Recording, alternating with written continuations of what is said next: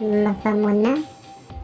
ଆଚ୍ଛା କହିଲୁ, ଯଦି ଜଣେ ଇଂଲିଶରେ ପାଣି ମାଗିବ ପ୍ଲିଜ୍ ଗିଭ୍ ମି ଏ ୱାଟର, ତ ତୁ ତାକୁ କ'ଣ କହିବୁ? ସାର୍, ମୁଁ ସେ ପିଲାକୁ ସିଧା ଗୋଟେ ପାଣି ଧରେଇଦେବି ଆଉ ମତେ ଇଂଲିଶ କହିବାକୁ ପଡ଼ିବନି। ମୂର୍ଖ ଓଡ଼ିଆର ପାଠ ସାଠ ନାହିଁ, ହେଲା କ'ଣ ପାଣି ଦେଇଦେବି।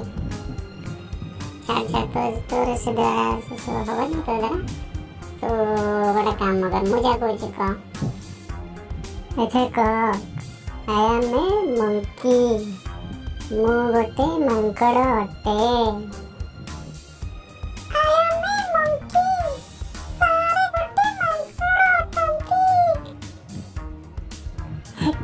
ଗଧ ଗୁଡ଼ିକର ତୋ ଦ୍ୱାରା ପାଠ ସାଠ ହବନି, ଆସିଲା ଗଧ।